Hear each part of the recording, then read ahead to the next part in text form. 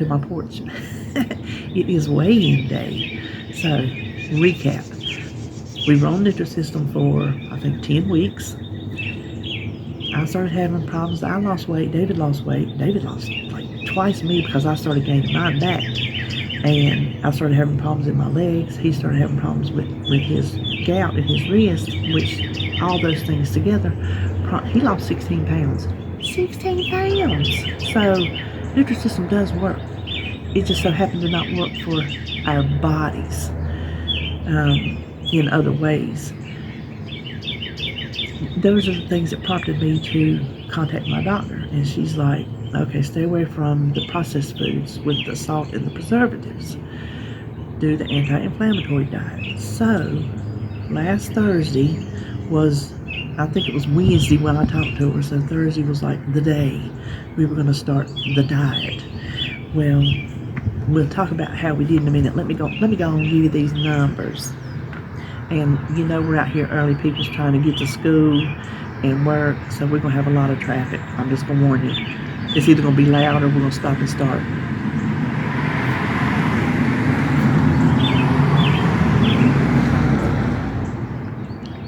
I'm having coffee in my Noel cup because it's got butterflies. I bought it with her in mind. So what I weighed in at was 314.2 for a loss of 5 pounds even. I think it's funny when it turns out even like that. That puts me back to 62.9. Puts me back in the 60s. Yay. I missed them. Listen, I don't want to jinx it, but I hope this is the sign of we're doing the right thing. So the anti-inflammatory diet is mainly a whole foods diet, a whole foods way of eating where you stay away from the processed foods. Now, if you're expecting me to be 100% whole foods, just go and turn your TV off now because it ain't going to happen. But what we tried this week was we started phasing out the Nutrisystem foods. Now, there's still some waffles, there's still some things we saved that aren't, half bad. And we're going to talk about this non-perfection in a minute. But since switching over, and we'll talk about the weekend too, my legs, the heaviness, the tree trunks. Okay, here comes a truck. Southern boys in their trucks. That's what I always tell you. So the heaviness in my legs has subsided. The part that I said felt like I was dragging around tree trunks. The swelling in my left leg has gone down to its normal swelling. It's bigger than my right leg because it's my bad leg and it stays swollen. But the big swelling has gone down. Now it's normal. Where it was draining in the front for like 3 weeks, it finally has scabbed over. All good things. That tells me inflammation is leaving my body. David's wrist, that was to the point where he told me, he said he was this close to not being able to use it. That's how bad it was. It has started to get better. It has started to heal. So, what we did was, Thursday was when we started, right? Well, we still had a Nutrisystem meal because I didn't have a plan out. And it was like, oh, we'll just stick to what we got. And then when these last few meals run out, because there was a few that I saved out that weren't too bad, then we'll start full-fledged on anti-inflammatory. Well, we ate it one time and Dave was like, well, you know what? If it's gonna cause it, then let's just go ahead and let's not eat them. I'm like, okay, that's fine by me. So what we did do was, before we jumped into this, we're like, it's been over 2 months, 2.5 months, 10 weeks since we've eaten out.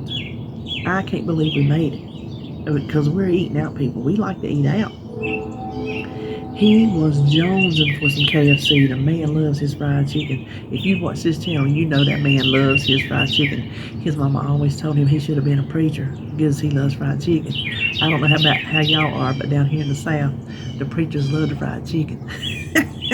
I'm not stereotyping. I'm just telling you. I've been to enough churches. I know. It's all good. It's all good. So one of those nights we got KFC, and then I was jonesing for some pizza. So one of those nights we got pizza. Here's the thing about that pizza. It did not send me into a tailspin of, oh my God, okay, I had pizza, now let's get a milkshake. Oh, let's go get a Big Mac. Oh, okay, well now let's go get, it didn't. I got that fix and I was done. And I told him I don't want pizza again for 6 months. I am done with pizza. Now I'm not gonna say he's done with fried chicken. I won't push it that far. Because I can about bet you he is not. But as you eat differently, you crave differently. We'll talk about that in a minute. So, but I was telling you on my media plan, when I told you when I started the diet, I'm not going to be 100%. I'm just not. We're not those people. We have to have certain things in our lifestyle to make it our lifestyle. And Ro was talking about, a doctor was talking about, if you can stay, on plan 80%, 90% of the time, then you can count that as a success. You're doing good. Because we do set ourselves up for failure if we try to be perfect. Nobody's perfect. I hate to break that to you. Nobody you know or see on YouTube or TV is perfect. They might give you the illusion of perfection, but trust me, it is just an illusion. You can take that to the bank all day long. So I said, we'll do 90-10. Let's do 90% of the time whole foods, because that's what it is. 10% of the time, these other little things. I thought this morning I would look up and see if there's like some little facts or some little tidbits about the 90-10 rule. When I Googled, I typed in 90 space 10. The very first thing that popped up was rule. I'm like, okay, Google, you are a mind reader, but it didn't have, it just had like, for your job, for this, for that, for the other thing. So I typed in 90-10 for dieting, and I come up with all kind of articles. Turns out, get this, there's something called the 90-10 diet. It's an actual diet plan that celebrities follow, nutritionists follow, health coaches follow. Who knew it was a thing? So I'm like, let me dive into this just a little bit, pull out a few little tidbits, and we'll just talk about it for a minute and see if it's something that you might be able to incorporate into your way of eating. It is not, to me, I'm not going on a 90-10 diet. I'm just following the 90-10 rule of, if I can stay on plan 90% of the time, I'll consider myself successful. But I want to give you some of these little informational tidbits. So, the 90-10 rule is a mindset. Eat clean, whole foods 90% of the time and splurge or indulge the remaining 10%. One writer said 90% sensible, 10% fun. Now here is the thing. You don't have to do a 90-10 rule to know that if we deny ourselves 100% of the time, we're going to start craving. And what happens when we start craving? What can happen? Now, I'm not going to say it does happen, because it doesn't happen for everybody. It can lead to binging and jumping off the end of the pier into the deep end.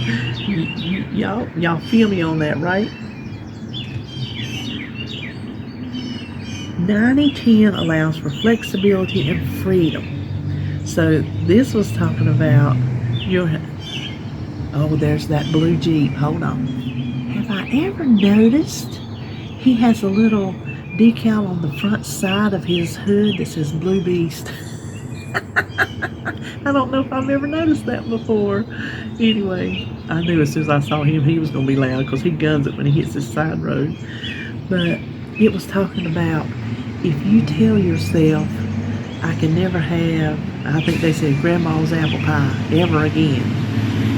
You're school bus. So if you tell yourself you can never have it, what's going to happen? you're going to want it. And you're going to want it bad. So it was like, if you tell yourself, okay, let's say Little Debbie's. I can never have Little Debbie's again, which I really can't. I would have to go to what I would have to do was go to the convenience store, buy a single one for the price you could buy a whole box, and just bring that home and eat it. I couldn't bring the box, but when I start telling, we're just going to use Little Debbie as an an example. When you tell yourself you can't have, you fill in the blank, Little Debbie, Little Debbie, Little Debbie, and I was thinking, you know what, that's like Beetlejuice. You say it 3 times and you call him up, you start talking about them Little Debbies in your cake, and you call her up, and next thing you know, you got a box of Little Debbies in your house. So that's what it's saying. If you deny yourself 100% of the time, of 100% of the things, that it can lead to the binging and the craving. Now, I am not talking about triggers. Don't, because you know she's a trigger. I'm not talking about triggers. Those are things that you can and should avoid, because anything that's going to send you down the wrong path and you know it, then it should be avoided. That, to me, is a separate thing of like indulging in treats that aren't going to send you off the edge. So here are some little nuggets. Start by gradually cutting out the so-called unhealthy meals and start replacing them with healthier options. So it's talking about, if you're going 90-10, let's say you eat 3 meals a day, that gives you 2 meals a week to indulge. And I think I'll talk about it later. But the point of that one is, if you're eating already unhealthy stuff, find newer versions. My website is full of, I guess you could call them healthier options of some foods. Are they the foods I love? No, I've told you that before. They are not the foods I love. They are the foods I will tolerate and I will accept and take them at face value to get through a fix, to get over the hump of needing the full-on southern whatever it is. So find healthier. If you crave pizza, if that's one of your cravings, if you don't want to wait and have it as a treat, find a way. Make you a pita pizza. Those are good, actually. They're really good. Those lavash, whole oat brand flat. I don't know what they're called. Bird. They make good pizzas. Put it in the oven just for a couple minutes. Kind of start to toast it up a little bit, and then put your toppings on it. It is really good. So just do that. Try to find ways to healthify up some of your unhealthier options. So start that way. If you're not ready to jump in head first, then just start substituting some things along the way. Indulging does not mean go crazy. That is probably one of the biggest lessons we need to learn. We're just talking about pizza. Don't eat a whole pizza or half a pie. Enjoy those foods, those indulgences, those 10%, but in moderation. If you're craving pizza, have the pizza, but just have 1 or 2 pieces. If you're craving the pie, just have a piece of pie. Those are the things that you get the sensation, the taste, the initial high of, oh my gosh, there's that food, but you don't go totally crazy with your calories, your carbs, your points, whatever it is you're trying to watch. Keep your indulgences, what's the word I'm looking for? Not sane, within reason. Keep them reasonable. I think that's the word I'm looking for. Now here, this is funny. To me, this is funny. I was not searching inflammation. I did not type the word inflammation anywhere near that computer. It was not even on my mind. I was just looking up, what about this 90-10 business? Guess what one of it said? Diet and inflammation. Inflammation is body's reaction to stress. And there are 2 kinds of stress. There's the external stress. There's like your job, your family, life situations, things that happen. And then there's the another truck. Hokies. Then there is the internal stress, which they say is often related to what we eat. Food can either promote or fight inflammation. Many reasons for chronic inflammation.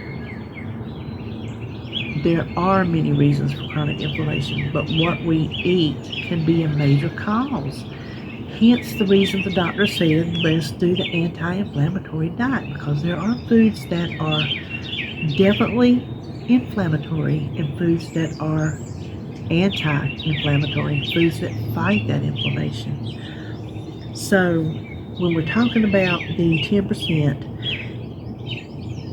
I was putting here in my notes, the 10% for me, like for my menu this week, there's no eating out. We didn't plan for eating out.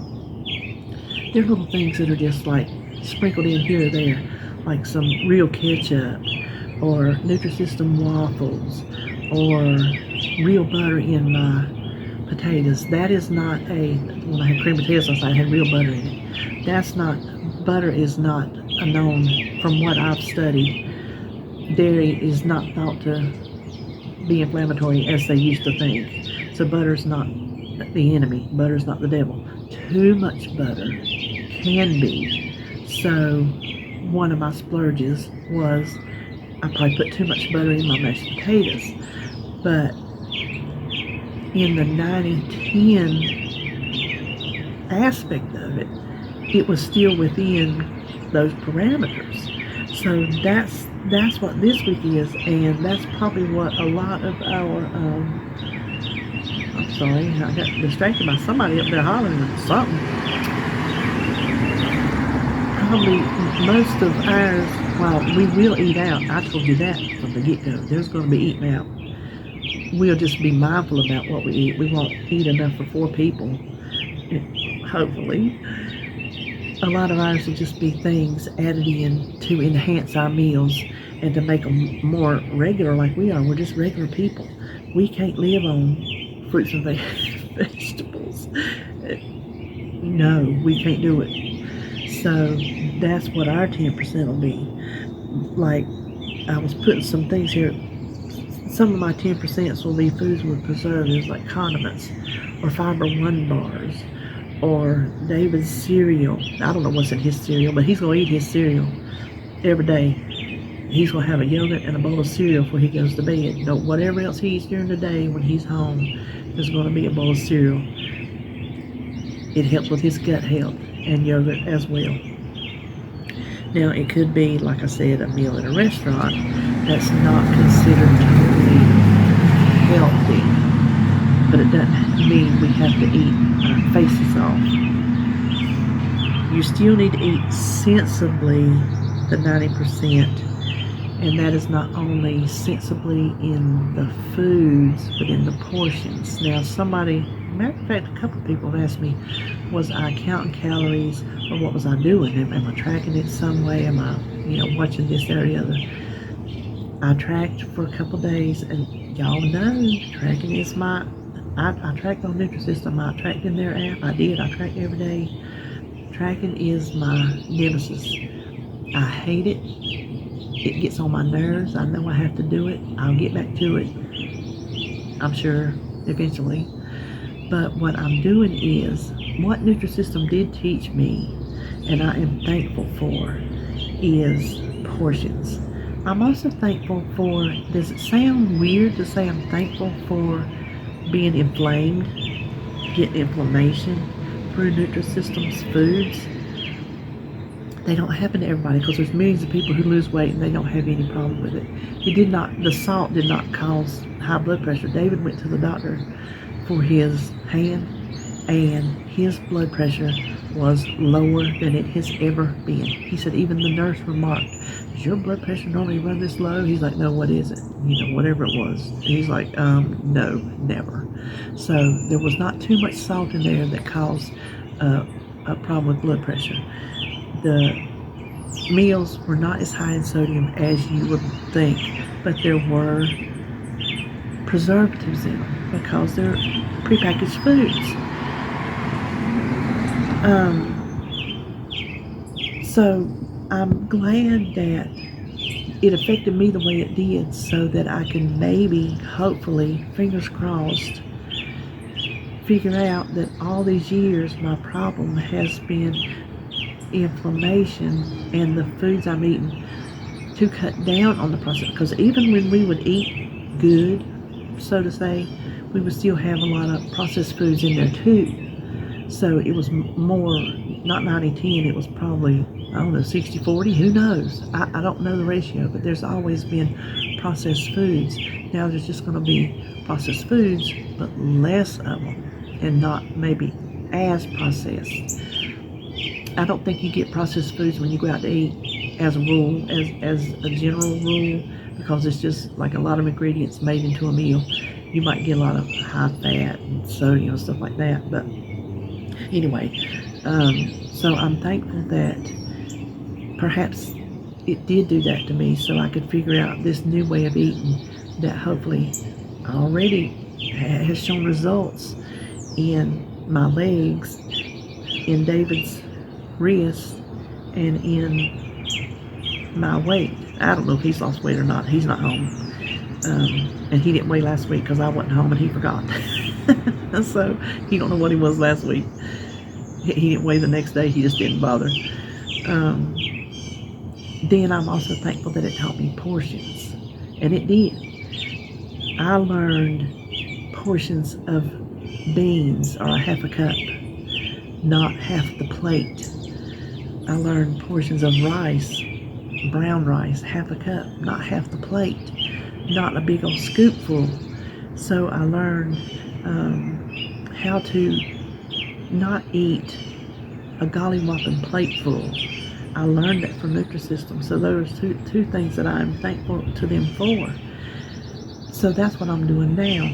I'm weighing and measuring things that count, but I'm not things that don't. Now, I didn't measure my mashed taters last night because I didn't build the recipe. I didn't weigh my taters. I didn't measure my butter or my milk that went in. I just made them. And if you saw my plate, you saw I just had a normal size portion. I had gravy on it, which was just thickened up chicken broth. Not even made with a roux with good old bacon grease. None of that. None of that. My bacon grease is in the freezer. I took down my bacon grease can that I had beside the stove, dumped my bacon grease in a little plastic container and shoved it in the freezer. Because, listen, down here in my house, in my southern house, I will reach for that bacon grease instinctively. If I'm not careful, I can overdo it. Now, I have changed a lot, a huge percentage into avocado oil. I did olive oil until I discovered avocado oil, and I fell in love with it. So that's what I use. I do have olive oil, but both of those oils are very healthy for you. So that's what I'm doing now. I'm not tracking calories. I did like the first day or two, maybe, well, just the first day maybe, and I was around 1,600 calories, I think. And according to all the things I pull up, I can eat like close to 2,000 calories and supposedly lose weight, which I still think is too much, and I'm not going to eat that much. How will I know if I don't track? Well, I really won't. But for now, I'm worried about introducing these whole foods more so than the processed foods, getting the majority of fruits, vegetables, whole grains, healthy oils, nuts, things. And I have my nuts weighed out. I have them portioned, so I'm not sitting down with a can because I can't be trusted.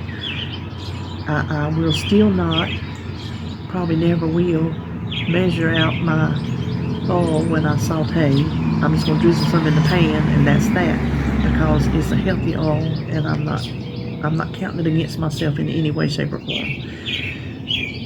That's one of my, I have a holdout. It's my coffee, which we all know that. Almond milk, we all know that, and we should all know when I drizzle in olive oil in the pan. I don't worry about that, or avocado oil. So anyway, that is what I'm doing. I'm just measuring, weighing what counts eating the rest, vegetables, how much ever I want, which is not much. I'm eating fruit if I want fruit, and I'm not worried about it, that, oh my gosh, you're eating a starch, because fruits are on the list. Fruits are good for you. And if you're